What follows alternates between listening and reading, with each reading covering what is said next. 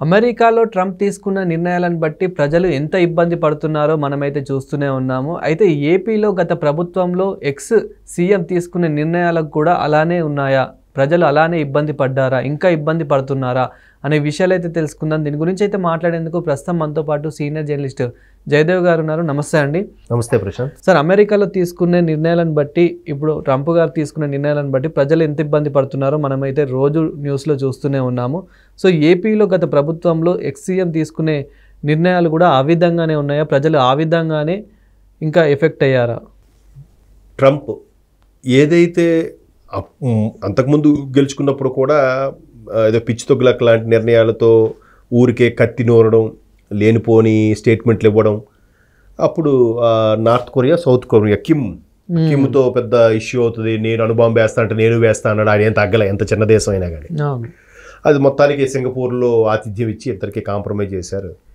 So ఇప్పుడు కూడా ఏంటి, స్వదేశీ స్టేట్మెంట్తో మా అమెరికన్సే ఉండాలి, ఎవరు ఉండడానికి వీల్లేదు, ఎవరు బతకడానికి వీల్లేదు, నేను చైనా మీద 200% సుంకం వేస్తా, భారత్ మీద 50% వేస్తా, 25% వేస్తా, ఇట్లా రకరకాలుగా అంటే నచ్చినట్టుగా బిహేవ్ చేస్తున్నాడు.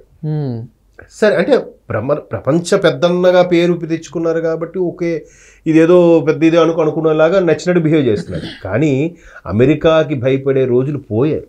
ఎవరికి వారు స్వతంత్ర ప్రతిపత్తిగా ఉన్నా కూడా అమ్మో పెద్ద దేశం కదా, ఏమవుతుందేమో, మనకి బిజినెస్ సరిగ్గా ఇవ్వడేమో, అంతే కదా. ఇప్పుడు పెద్ద పెద్ద కాంట్రాక్టర్, పెద్ద బిజినెస్ మ్యాన్ ఉన్నప్పుడు ఆ బిజినెస్ మ్యాన్ పక్కన చిన్న చిన్న కాంట్రాక్ట్ చేసుకునే వాళ్ళు కూడా బాగా డబ్బులు సంపాదిస్తారు.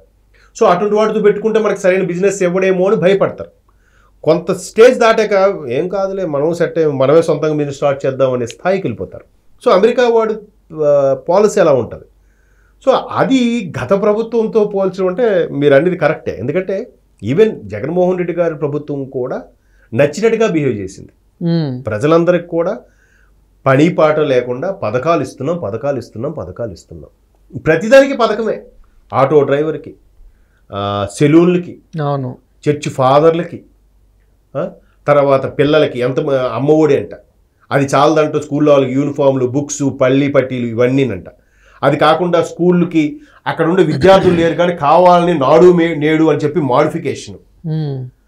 అది అంటే ఆ మాడిఫికేషన్ కూడా ఎందుకు, తన యొక్క బంధువులో తన యొక్క కాంటాక్ట్లో లబ్ధి పొందడానికి. తర్వాత కాలేజ్ రీఎంబర్స్మెంట్ అది ఎలాగూ ఉంది. ఇన్ని పెడుతూ మళ్ళీ ఎలా బతుకుతారు? అంటే ఎల్లకాలం నీ ప్రభుత్వమే ఉంటుందా? నీ ప్రభుత్వానికి వచ్చి పోనీ ఎల్లకాలం నీ ప్రభుత్వమే ఉందనుకుందాం, నీకు వచ్చే రెవెన్యూ ఏంటి మరి? ఏది రెవెన్యూ? పోనీ నువ్వు లెక్కర్ మీద ఏదో పెట్టావో, లెక్కర్ మొన్న రీసెంట్గా ఎన్ని పెట్లు దొరికాయి చూసాక, ఇంకా దొరకనివి ఎన్ని వేల కోట్లు ఉన్నాయో అవంతా ఎటులే. అవి రాష్ట్రానికి ఉపయోగిస్తున్నారా? లేదు. మరి రెవెన్యూ జనరేట్ అవ్వకపోతే రాష్ట్ర పరిస్థితి ఏంటి? శ్రీలంకలా తయారవుతుంది. అంటే ఎవరు దగ్గరికి వెళ్ళి చెప్పలేరు, చెప్పిన పరిస్థితి ఎవడు విండట్ ఆయన. అంటే బయట టాకు మన దగ్గరగా ఆయనకి వెళ్ళి చూసింది లేదు, ఆయనతో ర్యాపో ఏం లేదు. బయట టాక్ ఏంటి, ఆయన ఎవరు చెప్పిన మాట విండు. తీరా చూస్తే జగన్మోహన్ రెడ్డి గారు ఏదైతే కొన్ని పథకాలు ఇచ్చి అందరికి లబ్ధి చేసుకుంటాని పావలా ఇచ్చి 100 రూపాయలు తీసుకున్నాడో, అదే పంధాలో ఆ పథకాలు, ఆ బిజినెస్లు ఏవైతే చేశారో, ఇసుక కానీ, లెక్కర్ కానీ, ఇంకోటి కానీ చేశారో, అవన్నీ కూడా వాళ్ళ కుటుంబ సభ్యులకు, వాళ్ళ లబ్ధిదారులకే చేకూరేలా చేశాడు. ఇప్పుడు ట్రంప్ కూడా చేస్తుంది అదే. ఆల్రెడీ షేర్ బ్రోకర్లతో 2-3 మాట్లాడితే వాళ్ళు చెప్పింది ఏంటంటే, కేవలం వాళ్ళ రిలేషన్స్లో ఒక 6 కుటుంబాలు ఉన్నాయి, ఈ 6 ఫ్యామిలీస్కి లబ్ధి పొందడానికి ఒక్కొక్క స్టేట్మెంట్ ఇస్తున్నాడు. మొన్న ఆపరేషన్ సింధూర్ ఆపమని చెప్పింది నేనే. వీడికి ఎందుకు ఆ మధ్యలో? వీడి రెవెన్యూ, వీడి స్టేట్, వీడి కంట్రీ చూసుకోవాలి కదా. చైనా వాడి మీద 200 వేస్తున్నా అంటే మిగతావి ఏవైతే పడిపోతాయో ఆ టైంలో వాళ్ళ షేర్స్ కొనుక్కొని పైకి లేవడానికో, లేదా వాళ్ళ కుటుంబ సభ్యులు లబ్ధి పొందడానికో ఇచ్చే ఇన్ఫర్మేషన్తో వాళ్ళు అలాగా షేర్ బ్రోకింగ్ చేస్తున్నారు. అది మొన్న రీసెంట్గా ఒక అమెరికన్ ఆర్టికల్లో చదివాను. అది ఓహో, వీడికున్న కుటుంబ సభ్యులని లబ్ధి చేయడం కోసం వీడు ఎక్కడ పడితే దుబాయ్ వెళ్ళినప్పుడు కూడా ఇండియా గురించి మాట్లాడడం ఏంటి, తర్వాత ఎక్కడ స్వీడన్ వెళ్ళినప్పుడు రష్యా గురించి మాట్లాడడం ఏంటి. అంటే ఊరికే అట్లా స్టేట్మెంట్లు ఇచ్చి షేర్స్ పడిపోయిన వాళ్ళ కుటుంబ సభ్యులతో కొనిపించి ఇట్లా లబ్ధి పొందుతున్నాడు. అంటే ఇక్కడ కూడా సేమ్ జగన్మోహన్ రెడ్డి గారు కూడా వాళ్ళకు లబ్ధి పొందారనే కదా టాక్ ఇక్కడ.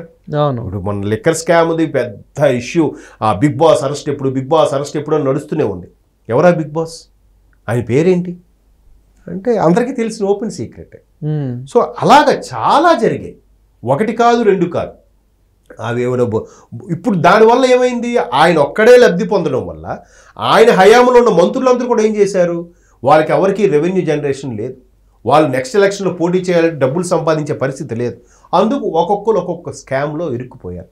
పేరు నాని గారు, వాళ్ళ శ్రీమతి గారు ఏదో ధాన్యం కొనుగోలు వేయింగ్ మెషిన్ ఆ ఇష్యూ, కొడాల నాని ఎక్కడ ఉన్నారో తెలియదు. తర్వాత అనిల్ కుమార్ యాదవ్ గారు రీసెంట్గా ఆయన ఒక ఇష్యూలో బయటకు వచ్చాడు. తర్వాత ఆయన ఎవరు, విఘ్నేష్ ఆయన పేరు, మాజీ మంత్రి, ఆయన ఒకడు. అలా అది అంబాపురం భూములకు సంబంధించి ఒక్కొక్కరు ఒక్కొక్కటి విషయాలు బయటకు వస్తుంటే, ఓహో వీళ్ళకి ఎన్ని స్కాములు ఉన్నాయా, ఇన్ని స్కాములు ఎందుకు చేయాల్సి వచ్చింది? గత ప్రభుత్వంలో ఎవరికి కూడా రెవెన్యూ జనరేట్ అనేది లేదు. ఇప్పుడు సామాన్యుడికి ₹1 వచ్చిందంటే వీడికి ₹10 వచ్చేలాగా ఉంటారు.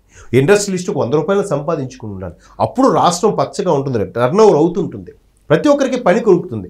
అంతేగాని డబ్బులు ఇస్తాం కూర్చొని తినండిరా అంటే. సో ఇలా ఇక్కడ ఏదైతే ఈయన రాష్ట్ర ముఖ్యమంత్రిగా ఉండి చేశాడో గత ప్రభుత్వ హయాంలో, అక్కడ దేశ ప్రెసిడెంట్గా ఉండి ఆయన అట్లా బిహేవ్ చేస్తున్నాడు. సో అందుకే ఇప్పటికీ సోషల్ మీడియాలో మీరు అడుగుతున్నట్టుగా వచ్చే వైరల్ అయ్యే అంశం ఏంటంటే, అమెరికా జగన్ అంట ఆయనకి, ట్రంప్కి. లేదంటే ఈ జగన్ గారికి ఏమిటంటే ఆంధ్ర ట్రంప్ అంటున్నారు. అంటే ఇవాళ రేపు సోషల్ మీడియాలో ఎంత వైరల్ అయిపోతున్నాయంటే, ఎవరికో కొత్త థాట్ వస్తుంది, ఏదో బాగుందిరా, ఈయన కూడా చెప్పిన మాట ఎవడు వెండు కదా, ట్రంప్ కూడా ఎంత ముసలోడే కానీ అసలు చెప్పిన మాట ఎవడి మాట వెండు, జగన్మోహన్ రెడ్డి లాగా అంటారు అని అంటున్నారు. అది ఎట్లా అంటే, సోషల్ మీడియాలో వాళ్ళు సొంత వేదిక మీద, సొంత ప్లాట్ఫామ్ మీద ఎవరికి నచ్చింది వాడు రాసుకెళ్ళిపోతున్నాడు. వెంటనే ఒకవేళ మనం ఎవరు మర్చిపోయినా పాత క్లిప్పింగ్ ఒకటి పెట్టి ఫ్రెష్గా కొత్త క్లిప్పింగ్ పెట్టి దానికి దీనికి కంపేర్ చేసి ఒక చెడుగుడు ఆడుకుంటున్నారు. సో ఇట్లాంటి నేపథ్యంలో జగన్మోహన్ రెడ్డి గారి విధి విధానాలు ఏవైతే ఉన్నాయో అవే ట్రంప్ కూడా అక్కడ అవలంబిస్తున్నారు. ఇప్పుడు ట్రంప్కి ఏమంటున్నారు, పిచ్చి తొగ్లక్ లాగా రకరకాల సుంకాలు అంటున్నాడు, అది ఇది అంటున్నాడు. తొగ్లక్ అనేవాడు రాజధాని కోల్కతా నుంచి ఢిల్లీకి, ఢిల్లీ నుంచి కోల్కతాకి 2 సార్లు మార్చాడంట. ఎంత ఖర్చు అండి అది? సేమ్ జగన్మోహన్ రెడ్డి గారు కూడా రాజధాని అంతా ముందు ప్రతిపక్షంగా ఉన్నప్పుడు 2014లో మేము రాజధానికి అమరావతికి ఓకే అన్నారు. 19లో వచ్చాక అమరావతికి మేము వ్యతిరేకం అంటారు. ఇది ఎక్కడ లెక్క? మరి దానివల్ల ఎంత నష్టపోయాం? రాజధాని కోసం దానికి ఎక్విజ్ చేసిన ల్యాండ్ కాస్ట్ కానీ, అక్కడ ఆగిపోయిన పనులు కానీ, ఇంతమంది రైతులు క్షోభ కానీ ఎంత నష్టపోయారు, ఎంత ఇబ్బంది పడ్డారు. మరి అంతే కదా, రాజధాని ఎక్కడక్కడ మార్చడం అంటే ఆషామాషి విషయమా? ఏంటి మేము సింపుల్గా ఇంట్లో ఒక సూట్ కేసు పట్టుకెళ్ళిపోవడానికి రాజధాని మార్చడం అంటే? సో అట్లాంటి విధి విధానాలు అనేది అల్టిమేట్గా వాళ్ళు బాగుండొచ్చేమో, ప్రజలు ఎంత సఫర్ అయిపోతారండి. ఉద్యోగులు, ప్రజలు ఒకరు కాదు చాలామంది సఫర్ అవుతుంది. ఇప్పుడు ట్రంప్ కూడా జగన్మోహన్ రెడ్డి గారిలాగా ముందు చూపుతో ఆలోచనగా లేనివి చేస్తున్న నిర్ణయాలు అన్నట్టుగా కంపారిజన్ అయితే వచ్చింది. చూద్దాం మరి ట్రంప్ ఎన్నాళ్ళు ఉంటాడో ఏంటో తెలియదు. ఎందుకంటే ప్రజావేదిక ఇక్కడ కూల్చారు జగన్మోహన్ రెడ్డి గారు. అదేం చేసింది, దాన్ని ఇంకేదో ఒక పోలీసులు రెస్ట్ రూమ్ గానో, లేదా ఆఫీసర్స్ రెస్ట్ రూమ్ గానో, లేదా ఇంకేదో గొడవను గానో వాడుకోవచ్చు కదా. మరీ కూలదోసి అంత కసేమిటి చెప్పండి. మరి అంతే, అందుకే అలాగా ప్రస్తుతానికి ట్రంప్ని అలా పోల్చుతున్నారేమో. అది. Thank you sir. Thank you.